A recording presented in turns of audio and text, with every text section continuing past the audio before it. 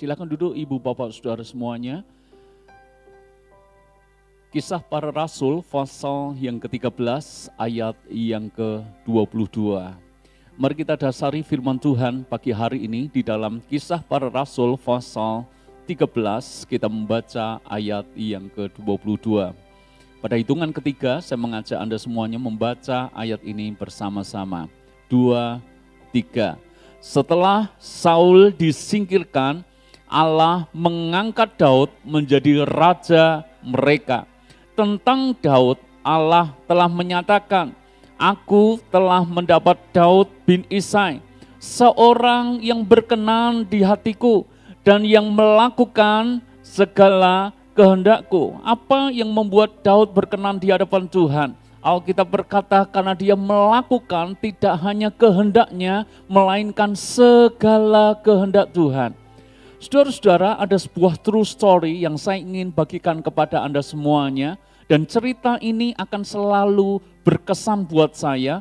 Cerita ini begitu menginspirasi saya di dalam pelayanan saya.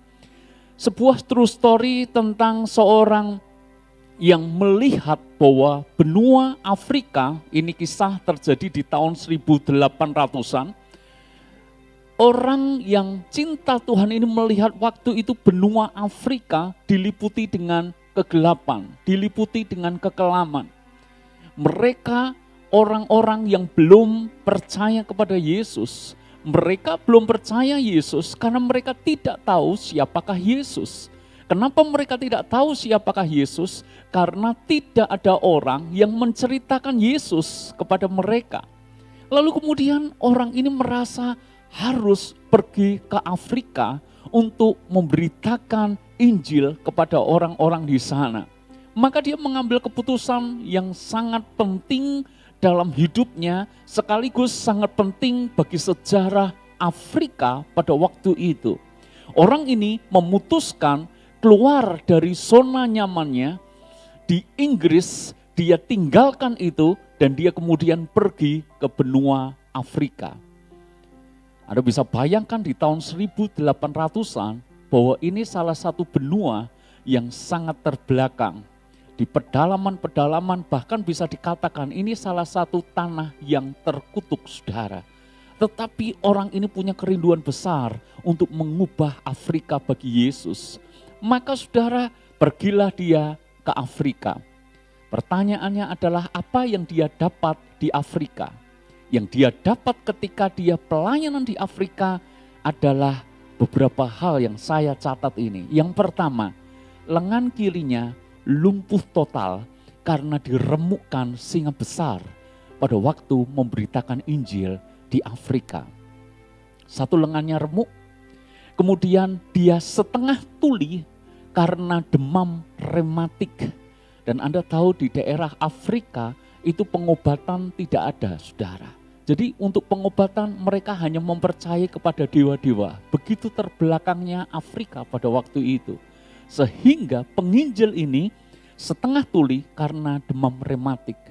Kemudian dia juga setengah buta karena ranting pohon menghantam matanya. Setengah lengannya lumpuh, setengah tuli, setengah buta, dan kemudian tidak hanya itu, dia kehilangan ayahnya, dan tidak hanya itu, istrinya yang bersama dengan dia di Afrika akhirnya mati juga di sana, bahkan anak-anaknya juga mati di Afrika. Sebuah pengorbanan yang sangat besar demi memberitakan Injil dan demi nama Yesus diceritakan di sana. Bahkan saudara, kesehatannya makin memburuk penginjil ini, sehingga dia bahkan tidak bisa berjalan, berdiri juga tidak bisa, sehingga kemana-mana dia harus ditandu. Tetapi sekalipun ditandu, orang ini tetap memberitakan Injil ke seluruh Afrika. Siapa nama penginjil ini? Namanya adalah David Livingstone. Dan salah satu perkataan David Livingstone yang sangat terkenal adalah ini, saya kutipkan buat Anda. Saya lebih suka berada di jantung benua Afrika oleh karena kehendak Tuhan. Daripada berada di atas tahta Inggris, namun di luar kehendaknya. Dan catatan sejarah tentang David Livingstone mencatat seperti ini. Dia melayani di benua Afrika selama 39 tahun. Dan dia sudah menempuh perjalanan selama 29.000 mil di seluruh benua Afrika. Dan ada 2 juta orang Afrika yang akhirnya bertobat dan percaya kepada Yesus. 2 juta orang Afrika yang memutuskan percaya Yesus. Dari sebelumnya tidak ada orang yang kenal Yesus. Dan yang lebih luar biasa lagi adalah ketika David Livingstone mati, saudara. Begitu cintanya orang-orang Afrika kepada sosok yang satu ini. Maka karena dia ingin menguburkan David Livingstone dengan layak, maka mereka melakukan ini. Mereka membalsam mayat David Livingstone. Dan kemudian karena berada di hutan pedalaman, maka dibawalah mayat ini sampai ke Inggris. Memakan waktu perjalanan 9 bulan. Dan diiringi ribuan orang Afrika selama 9 bulan. Proses pemakaman terpanjang dalam sejarah. Kenapa bisa itu terjadi? Karena mereka tahu balas budi. Mereka tahu mereka berhutang kepada sosok David Livingstone. Afrika berhutang budi dengan David Livingstone. Makanya untuk menghormatinya, hanya untuk mengantarkan jenazah David Livingstone, ribuan orang menghantar sampai ke Inggris selama 9 bulan.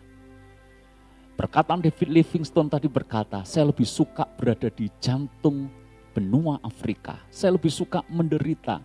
Saya lebih suka berada dalam kemiskinan. Saya lebih suka berada dalam penderitaan. Saya lebih suka dalam keadaan yang berat. Tapi oleh karena kehendak Tuhan, dibandingkan saya berada di tahta Inggris, namun di luar kehendak Tuhan. Hari ini saya mengajak Anda belajar hidup dalam kehendak Tuhan. Saudara-saudara, bagaimana kita mengalami perkenanan Tuhan? Yang pertama, semuanya ada waktu Tuhan bagi perkenanannya. Yang percaya katakan amin. Hal yang kedua yang kita kemarin belajar menghormati Tuhan. Dan hari ini kita belajar untuk hidup dalam segala kehendak Tuhan. Itulah yang membuat Daud berkenan kepada Tuhan. Bukan karena Daud pintar, bukan karena Daud hebat, bukan karena Daud bisa membawa Israel di puncak kejayaan. Daud dikenan Tuhan karena dia melakukan segala kehendak Tuhan. Saya akan berikan contoh lain dalam Alkitab soal melakukan kehendak Tuhan. Mari buka Alkitab Anda bersama-sama Kejadian pasal 22 ayat yang pertama sampai yang ketiga.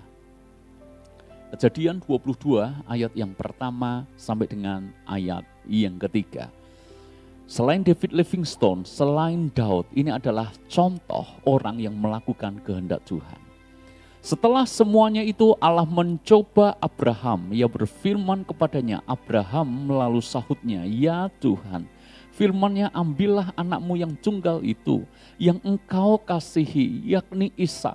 Pergilah ke tanah Moria dan persembahkanlah dia di sana sebagai korban bakaran pada salah satu gunung yang akan kukatakan kepadamu. Keesokan harinya, pagi-pagi bangunlah Abraham. Ia memasang pelana keledainya dan memanggil 2 orang bujangnya beserta Ishak anaknya. Ia membelah juga kayu untuk korban bakaran itu. Lalu berangkatlah ia dan pergi ke tempat yang dikatakan Allah kepadanya. Anda sudah tahu kisah ini. Demi Ishak dia menunggu 25 tahun. Masa penantian yang sangat panjang bagi Abraham menanti janji Tuhan. Menunggu kelahiran Ishak perlu proses 25 tahun, sangat panjang. Dan ketika Ishak lahir dan Ishak menjadi besar, pengharapan Abraham mungkin sudah mulai kepada Ishak. Lalu kemudian Tuhan menguji iman Abraham. Sehingga Tuhan berkata seperti ini kepada Abraham, ambillah anakmu yang tunggal itu. Tunggal artinya satu. Kalau satu artinya sesuatu yang dipegang erat, satu artinya sesuatu yang sangat dikasihi dan persembahkan itu kepadaku di tempat yang akan kutunjukkan kepadamu. Kalau Abraham boleh pilih, dia bisa tukarkan apapun demi Ishak tetap ada bersama dengan dia. Kalau dia boleh pilih saudara, mungkin harta, kekayaan, seluruh ternaknya, kalau boleh pilih mungkin dia akan rela mengorbankan dirinya demi Ishak tetap ada. Tapi Tuhan perintahnya jelas, kehendak Tuhan jelas buat dia, persembahkan Ishak kepadaku. Dalam hidup ini selalu ada dua pilihan, hidup dalam kehendak diri sendiri dan hidup di dalam kehendak Bapa. Buat Abraham, kalau dia ingin hidup dalam kehendak sendiri, maka dia akan pegang erat Ishak yang ada di genggamannya itu. Kalau dia mau hidup dalam kehendak diri sendiri, dia tidak akan mempersembahkan itu. Abraham mungkin dengan alasan akan berkata, Tuhan, aku menunggu 25 tahun. Kenapa endingnya hanya seperti ini? Kenapa engkau seolah-olah PHP Tuhan? Engkau yang kasih janji dan engkau mulai genapi, dan begitu Ishak sudah tumbuh besar, engkau ambil kembali. Abraham punya dua pilihan. Apakah dia melakukan kehendak sendiri ataukah dia melakukan kehendak Bapa? Dalam hidup ini kita punya dua pilihan. Apakah Anda memilih untuk melakukan apa yang Anda suka, ataukah Anda melakukan apa yang Tuhan suka? Dalam hidup ini Anda punya pilihan. Anda mau menghormati Tuhan, ataukah Anda menghormati dirimu lebih daripada Tuhan? Kehendak diri sendiri inginnya membalas. Siapa yang pernah dilukai? Siapa yang pernah dikecewakan? Siapa yang pernah dikhianati? Siapa yang pernah diperlakukan dengan tidak adil? Kehendak dirimu berkata, balas. Kehendak dirimu berkata, cari keadilan. Tetapi kehendak Bapa dalam hidup kita, lepaskan pengampunan. Kehendak dalam dirimu berkata, caci ganti, caci maki. Tapi kehendak Bapa dalam hidupmu adalah, doakan musuhmu dan berkatilah dia. Kehendak dalam dirimu berkata, aku punya, maka aku berhak melakukan apa yang aku suka. Tapi kehendak Bapa adalah, apa yang engkau punya, gunakan untuk membuat apa yang Bapamu suka. Kehendak diri berkata, ini aku masih muda, kesempatan memuaskan apa yang aku suka, hawa nafsu, keinginan dunia. Tetapi kehendak Bapa berkata, bukan perkara-perkara duniawi yang Anda kejar, melainkan perkara-perkara rohani yang Anda dahulukan. Kehendak sendiri seringkali egois, tapi kehendak Bapa selalu peduli, menolong, dan mengulurkan tangan. Mana yang Anda pilih? Hidup ini selalu dihadapkan dengan dua pilihan itu. Kehendak diri sendiri mengambil, kehendak Bapa Anda mengulurkan tangan untuk memberi. Mana yang Anda pilih? Abraham kalau boleh pilih, dia akan genggam erat apa yang ada di tangannya. Tapi Alkitab mencatat, pagi-pagi benar, dia ajak Ishak pergi, dia persembahkan kepada Tuhan. Dia lebih suka mengikuti kehendak Bapa daripada kehendaknya. Teladan yang luar biasa juga ditunjukkan kepada Yesus. Yesus dalam kemanusiaannya punya hak untuk dia tidak mengambil cawan penderitaan itu. Bahkan 3 kali dia berdoa kepada Bapanya, ya Bapa kalau boleh cawan itu dilalukan daripadaku.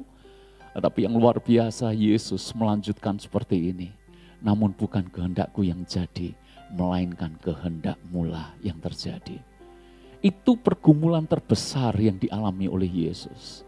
Jarang sekali Yesus mengungkapkan perasaannya sedemikian terus terang kepada murid-muridnya. Yesus berkata apa kepada 3 muridnya? Petrus, Yakobus, dan Yohanes. Hatiku sangat sedih dan aku mau mati rasanya di Taman Getsemani itu. Tapi Yesus berkata, bukan kehendakku, melainkan kehendak Bapa yang jadi.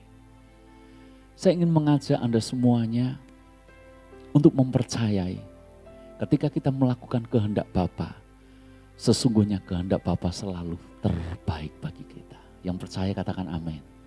Manusia hanya melihat apa yang dilihat, tapi Bapamu di surga melihat jauh ke depan. Ketika Anda belajar untuk hidup taat dengan kehendak Bapa, Anda tidak akan pernah kekurangan apapun yang baik. Percayalah, Bapa tidak pernah mencelakakan kita. Mana ada Bapa yang dia ingin punya kehendak yang ujung-ujungnya mencelakakan anaknya. Saya tidak pernah merancangkan rancangan buruk untuk anak saya. Saya tidak pernah menyuruh dia untuk melakukan sesuatu yang saya tahu mencelakakan dia. Ketika saya menyuruh sesuatu kepada anak saya tahu persis itu aman buat dia. Kalaupun apa yang saya suruh itu sepertinya berat, tapi semuanya sudah ada dalam takaran saya. Mampu atau tidak, sanggup atau tidak. Dan tidak pernah sekali-kali saya mencelakakan dia. Saya sangat percaya 100% karena kami memiliki hubungan yang sehat. Saya seorang papa, saya memiliki anak. Hubungan kami sehat. Dan ketika saya memerintahkan sesuatu, saya punya kehendak tertentu dalam hidup saya, dalam hidup anak saya untuk dia buat dan dia kerjakan. Saya yakin seharusnya anak saya tidak akan pernah curiga kepada saya bahwa saya sedang mencelakakan dia. Siapa yang curiga dengan Tuhan? Kenapa Tuhan hidup seperti ini? Kenapa engkau tidak mengasihi aku? Kenapa engkau tidak peduli dengan aku? Kenapa engkau tidak memberkati aku? Orang Kristen kanak-kanak selalu curiga dengan Tuhan. Bahkan ketika dia mengalami hidup yang berat karena melakukan kehendaknya. Tapi orang yang percaya dengan Bapaknya, kehendak Tuhan yang sekalipun mungkin berat, sekalipun ribet, tapi selalu mendatangkan kebaikan pada akhirnya. Satu contoh dalam firman Tuhan bisa ditampilkan Keluaran 27 ayat 20. Saya pernah bahas di Bible Everyday, kalau Anda mengikuti Anda akan tahu apa yang saya maksud. Tapi seandainya Anda kelompatan episode di Keluaran pasal 27, dengarkan baik-baik. Seringkali kita memandang Tuhan itu ribet. Ikut Yesus itu ribet. Ikut Yesus itu ini tidak boleh, itu enggak boleh. Hei anak muda, seringkali kita berpikir ikut Yesus itu berat. Teman-temanku yang enggak Kristen seolah-olah fine-fine aja, apa yang pengen dia buat, apa yang pengen dia lakukan, semuanya boleh. Tapi ikut Tuhan ini kok sepertinya semuanya dibatasi. Kalaupun benar demikian, jangan curiga kepada Tuhan seolah-olah kemerdekaanmu diambil. Tapi percayalah, kalaupun Tuhan sekiranya terlihat ribet, tapi dia baik bagi kita. Contoh ini saya ingin bagikan kepada Anda. Yuk kita baca. Ini ketetapan Taurat untuk para imam. Saya bacakan. Haruslah kau perintahkan kepada orang Israel, supaya mereka membawa kepadamu minyak zaitun tumbuk yang murni untuk lampu. Supaya orang dapat memasang lampu agar tetap menyala. Jadi ceritanya gini saudara, kemah suci itu lampunya harus menyala non-stop 24 jam sehari. Tidak boleh sampai lampunya padam. Dan pada waktu itu alat penerangan tentu saja adalah api. Nyala api menjadi penerangan. Pertanyaan saya buat Anda, untuk menyalakan api kita pakai minyak tentunya. Dan Anda tahu banyak jenis minyak yang bisa digunakan untuk menyalakan api. Betul nggak saudara? Anda tahu mau pakai minyak goreng kah? Anda tahu mau pakai minyak jenis tertentu kah? Semuanya bisa. Seandainya Anda mendapat perintah dari saya, ketika saya ingin Anda menyalakan api, lalu kemudian saya berkata kepada Anda, bayangkan ruangan ini tidak ada lampu. Ini zaman dulu saudara. Dan hanya ada penerangan di samping-samping tembok dinding dengan nyala api. Ada minyaknya di sana. Bayangkan ketika saya kasih perintah kepada Anda, nyalakan api ini dengan minyak zaitun. Anda mungkin bertanya-tanya, kenapa mesti minyak zaitun? Repot Pak, bimoli aja. Halo? Kalau enggak Anda berkata, repot Pak, ini udahlah sisa saya masak aja. Yang penting kan nyala, betul enggak? Bisa enggak orang Israel pada waktu mikir, Tuhan kok ribet banget. Harus minyaknya, mereknya jelas, jenisnya jelas, minyak zaitun. Enggak cuma itu loh saudara, harus ditumbuk. Enggak cuma itu, harus murni. Mungkin mereka mikir, Tuhan kok ribet. Tapi Anda tahu enggak, kenapa Tuhan perintahkan mereka harus pakai zaitun, harus ditumbuk, dan harus minyak yang murni. Karena ternyata kalau mereka pakai minyak jenis lain, itu ruangan akan menjadi full asap. Ternyata minyak zaitun yang murni, yang ditumbuk, itu mengeluarkan sangat sedikit asap. Anda nangkap maksud saya? Kalau Tuhan kasih perintah yang sekiranya terlihat ribet, jangan engkau curiga kepada Tuhan. Tuhan mempersulit hidupmu. Mestinya kita percaya Tuhan memerintahkan itu untuk kebaikan kita. Amin. Siapa yang hari ini merasa Tuhan mempersulit hidupnya, bertobat. Karena dia Bapa yang baik, tidak pernah mempersulit anak-anaknya. Justru Tuhan ingin mempermudah hidupmu kalau engkau hidup di dalam kehendak-Nya. Lanjutkan pelajaran kita. Kejadian 22 ayat yang ke-6. Yuk kita baca lagi. Ayat yang ke-6. Lalu Abraham mengambil kayu untuk korban bakaran itu dan memikulkannya ke atas bahu Ishak, anaknya, sedang di tangannya dibawanya api dan pisau. Demikianlah keduanya berjalan bersama-sama. Lalu berkatalah Ishak kepada Abraham ayahnya, Bapa, sahut Abraham, ya anakku. Perhatikan, bertanyalah ia, di sini sudah ada api dan kayu, tetapi di manakah anak domba untuk korban bakaran itu?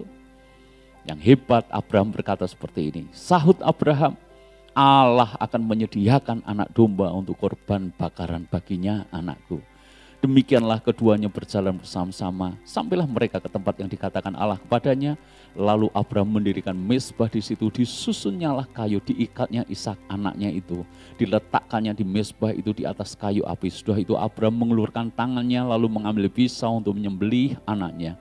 Tetapi berserulah malaikat Tuhan dari langit kepadanya, Abraham, Abraham, sahutnya, ya Tuhan. Lalu ia berfirman, jangan bunuh anak itu dan jangan kau apa-apakan dia, sebab telah ku ketahui sekarang bahwa engkau takut akan Allah dan engkau tidak segan-segan untuk menyerahkan anakmu yang tunggal kepadaku. Lalu Abraham menoleh dan melihat seekor domba jantan di belakangnya yang tanduknya tersangkut dalam belukar. Abraham mengambil domba itu lalu mengorbankannya sebagai korban bakaran pengganti anaknya. Dan Abraham menamai tempat itu Tuhan menyediakan. Sebab itu sampai sekarang dikatakan orang, di atas gunung Tuhan akan disediakan. Perhatikan saya, Abraham sedang melakukan kehendak Bapa dibandingkan dengan kehendak dirinya sendiri. Kehendak dirinya sendiri adalah menggenggam erat Ishak di tangannya. Tetapi kehendak Bapa adalah mengorbankan Ishak kepada Tuhan. Dan yang terjadi adalah seperti ini. Ishak bertanya kepada ayahnya, Bapa, kalau memang kita hendak mempersembahkan korban, di sini sudah komplit, ada kayu, ada api, lalu mana korban yang akan kita persembahkan? Abraham berkata apa?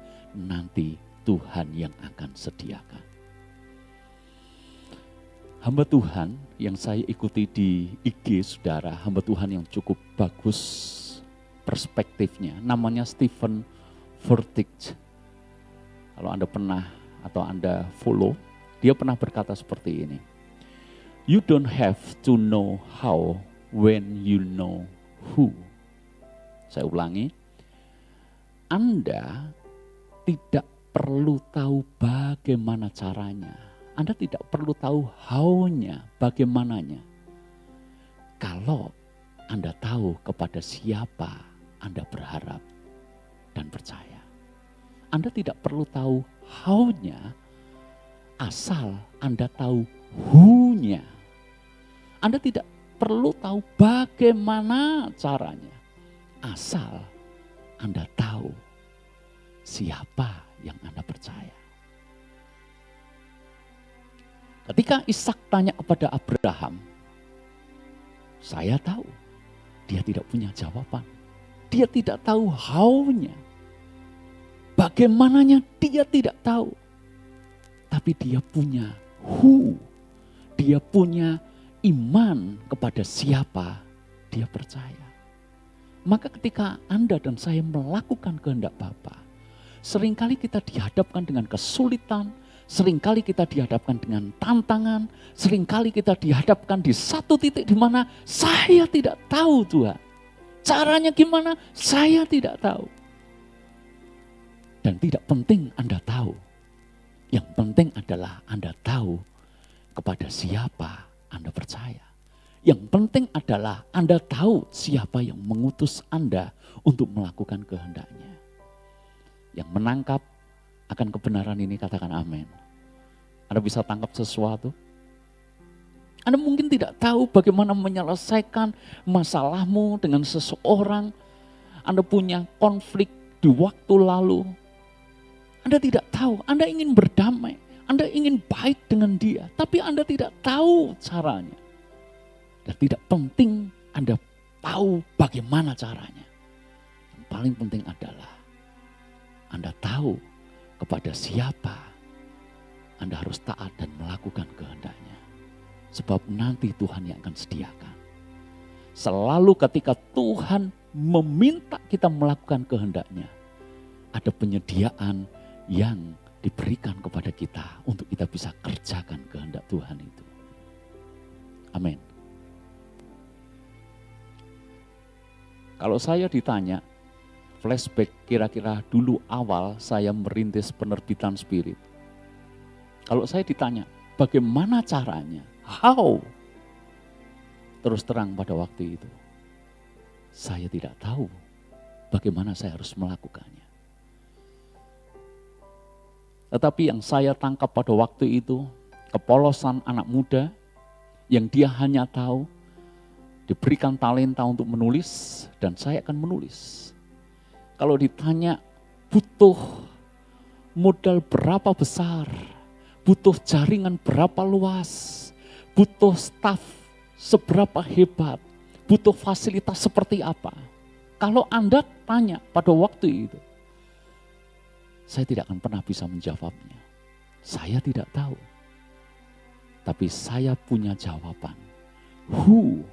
Kepada siapa yang mengutus saya. Maka saya hanya melakukan apa yang saya lakukan. Dan luar biasanya Tuhan mengutus. Tuhan meminta saya melakukan. Dan Tuhan memberikan penyediaan buat saya. Tuhan atur semuanya buat saya. Tuhan berikan modal kepada saya. Tuhan perluas jaringan saya. Tuhan kirim orang-orang terbaik untuk bekerja dengan saya. Sampai hari ini orang yang sama masih bekerja untuk kami di Spirit. Orang-orang pertama, orang-orang kedua, orang-orang ketiga masih bekerja bersama dengan kami. Saya heran ketika kantor hanya luasnya sekitar 30 meter persegi, berada di tempat masuk gang yang sangat kecil. Kok bisa ada orang mau melamar kerja di tempat kami? Dan hebatnya saya tidak asal-asalan terima. Ada yang melamar kerja di tempat kami kasih tes, kasih interview. Orang mungkin pikir terlalu arogan gitu. Lah, tempat kantor aja tidak jelas seperti itu, berani-beraninya interview segala macam, berani-beraninya nolak saudara. Pernah ada pelamar, dia kirim lamaran ke kami, mungkin dia pikir, alah kantor kayak gini aja, mesti saya diterima. Siapa bilang, saya ketat, tidak layak, kami tidak terima. Gagah banget saudara. Saya tidak tahu how-nya. Tapi saya tahu kepada saya siapa saya percaya. Kalau Anda tanya kepada saya ketika awal menggembalakan, Anda tanya how? Bagaimana Pak nanti? Saya bersyukur jemaat tidak tanya bagaimana. Sebab terus terang saya tidak tahu juga bagaimana caranya. Tapi justru jadi parameter saya. Kalau Tuhan utus saya, Tuhan panggil saya menjadi gembala, Dia pasti perlengkapi saya juga.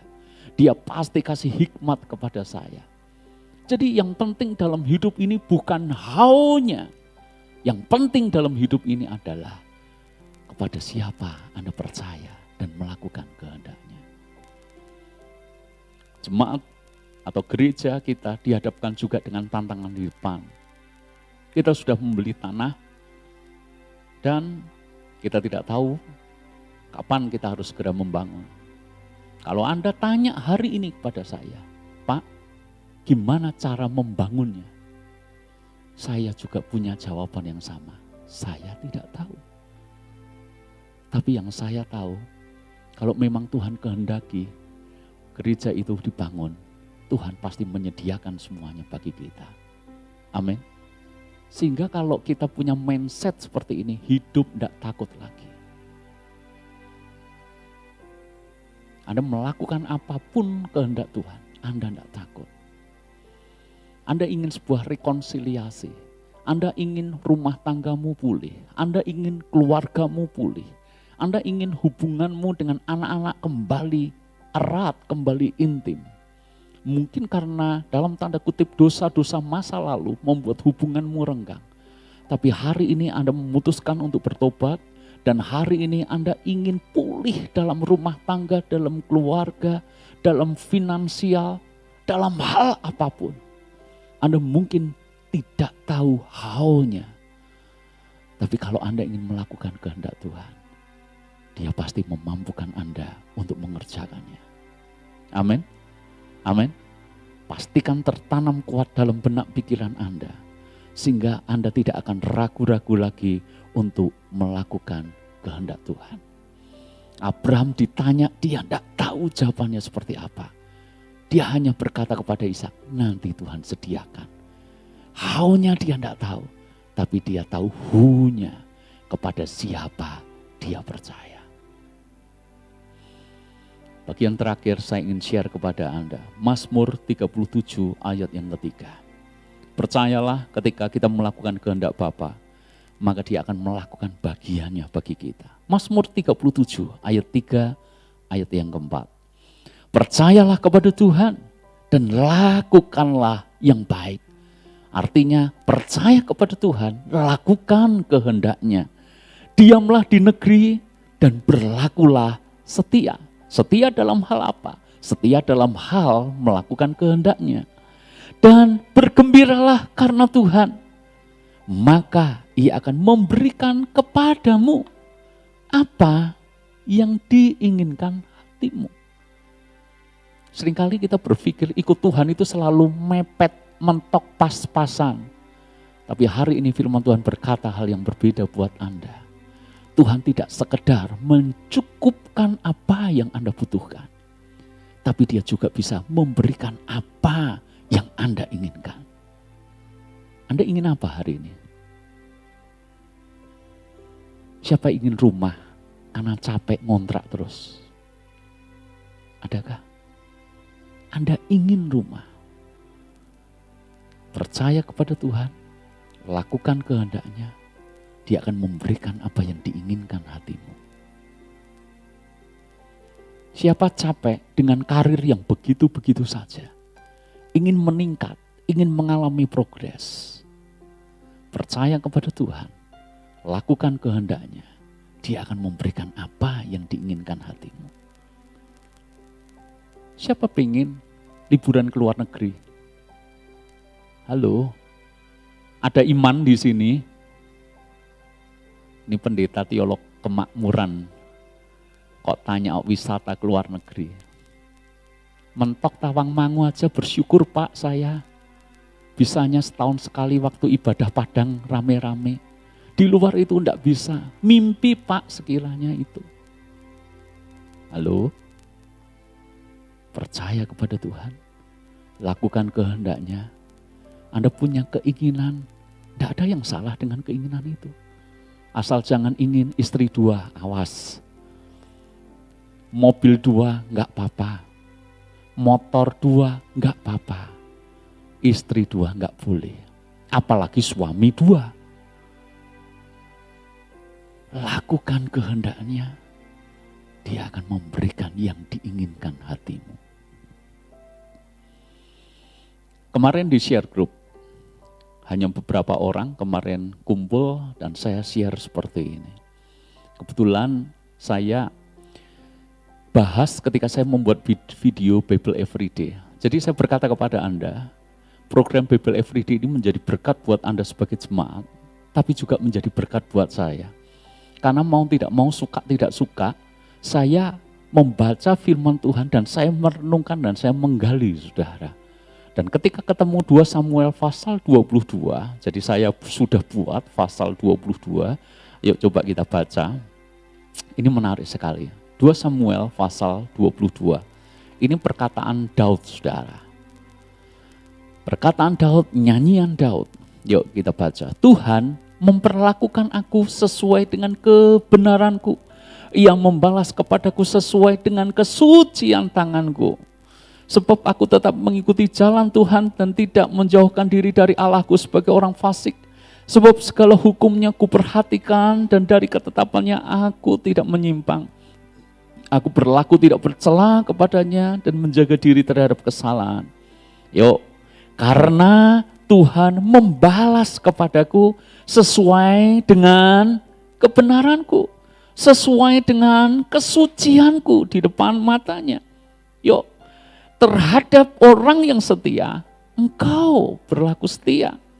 Terhadap orang yang tidak bercela, engkau berlaku tidak bercela. Terhadap orang suci, engkau berlaku suci.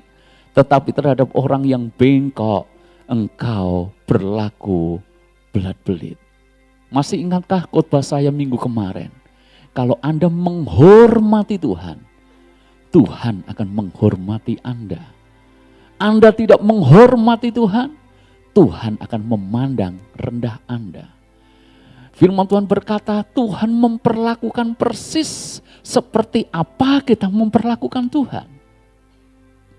Daud berkata, Tuhan itu memperlakukan aku sesuai dengan kebenaranku. Kalau aku setia, Tuhan berlaku setia. Kalau aku melakukan tangan yang suci, Tuhan pun akan melakukan hal yang sama.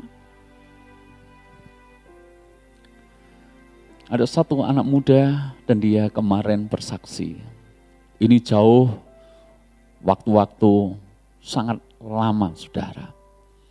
Dia datang ke kantor saya lupa sebetulnya obrolan itu. Tapi dia yang mengingatkan saya kemarin. Dia berkata seperti ini, dia panggil saya Koh. Saya selalu ingat apa yang Koh Kwe katakan kepada saya. Itu zaman dia merintis, saudara.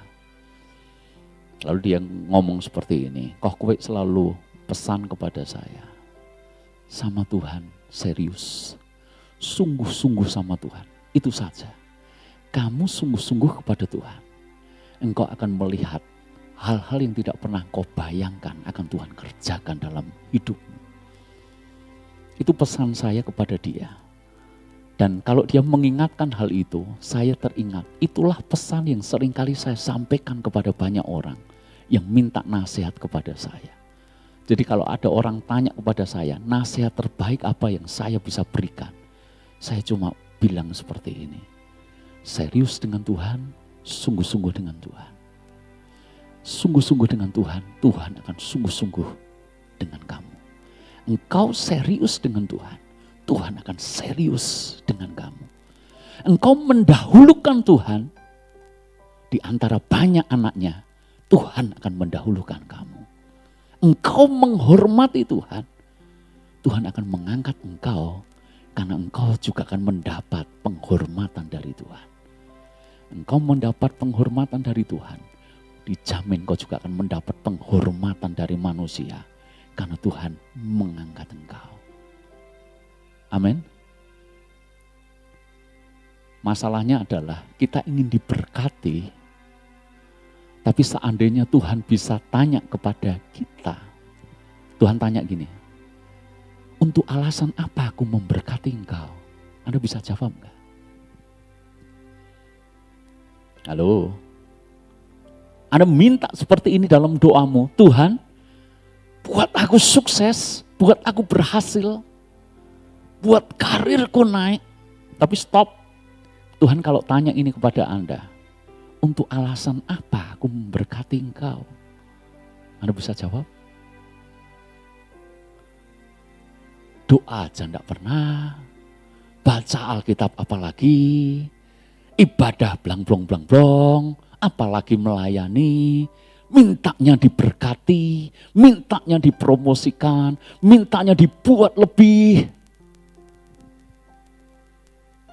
Bagaimana bisa, saudara? Firman Tuhan berkata apa? Dia akan melakukan seperti kebenaranku, seperti apa kita menghormati dan memperlakukan Tuhan.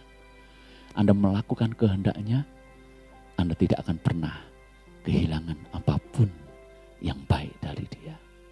Amin. Hari ini siapa rindu melakukan kehendaknya?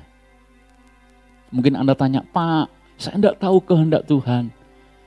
Cukup baca Alkitab setiap hari.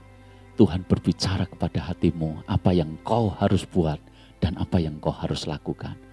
Engkau membaca dan firman Tuhan berkata, berkatilah musuhmu. Itu kehendak Tuhan. Bangun hubungan dengan musuhmu. Jangan bakar jembatan itu. Rekonsiliasi dengan musuhmu. Firman Tuhan yang Anda baca, hidup rukun bersama. Rukunlah dengan rumah tanggamu, rukunlah dengan keluargamu. Firman Tuhan yang kau baca berkata, berilah, engkau memberi, tolonglah sesamamu. Hiduplah dalam kasih. So simple melakukan kehendak Tuhan itu. Bahkan kalau di titik tertentu Tuhan minta yang paling berharga dalam hidupmu. Kalau engkau ingin melakukan kehendaknya, belajar seperti Abraham, merelakan itu untuk Tuhan. Percayalah, rancangannya baik, bahkan terbaik bagi kita semuanya. Amin. Mari kita berdoa.